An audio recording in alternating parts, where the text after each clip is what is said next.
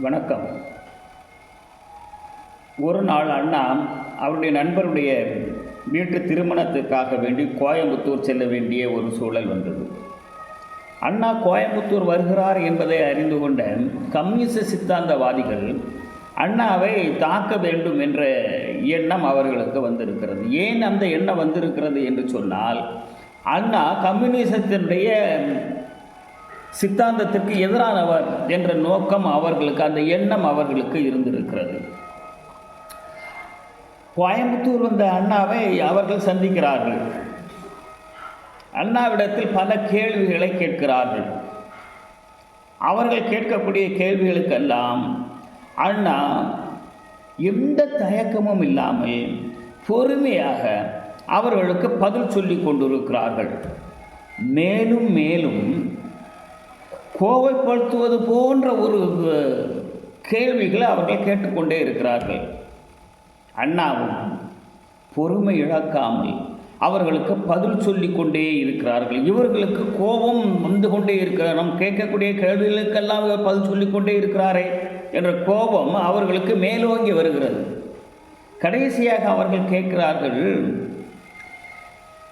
நீங்கள் கேபிட்டலிசத்தை அந்த நூலை பற்றி நீங்கள் படித்திருக்கிறீர்களா என்று அவர் கேட்கிறார். கார்ல் மார்க்ஸ் எழுதிய கேபிட்டல் என்ற புத்தகத்தை நீ படித்திருக்கிறீர்களா என்று கேட்கிறார். அண்ணா அவருக்கு பதில் சொல்கிறார், நான் திருக்குறளை படித்திருக்கிறேன் என்று அவர் பதில் சொல்கிறார்.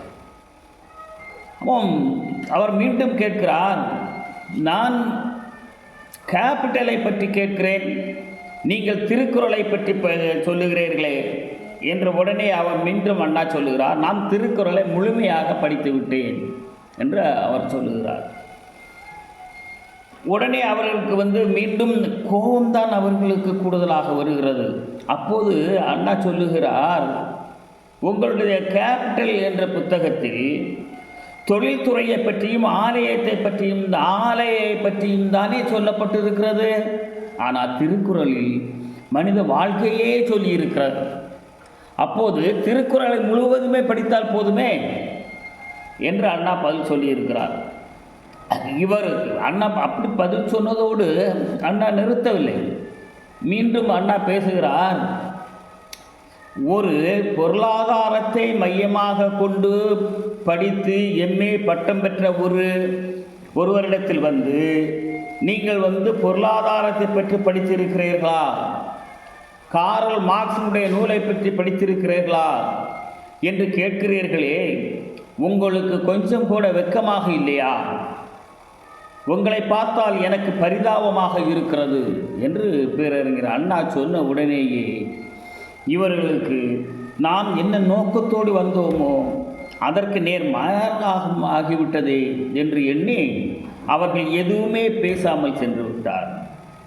எதிராளியாக இருந்தாலும் சரி, தன்னை தாக்க வந்தவராக இருந்தாலும் சரி, அவர்களுடைய மனப்போக்கிலேயே பதிலை சொல்லி அவர்களையும் ஈர்க்கக்கூடிய ஒரு தன்மை பேரறிஞர் அண்ணா அவரிடத்திலே இருந்திருக்கிறது.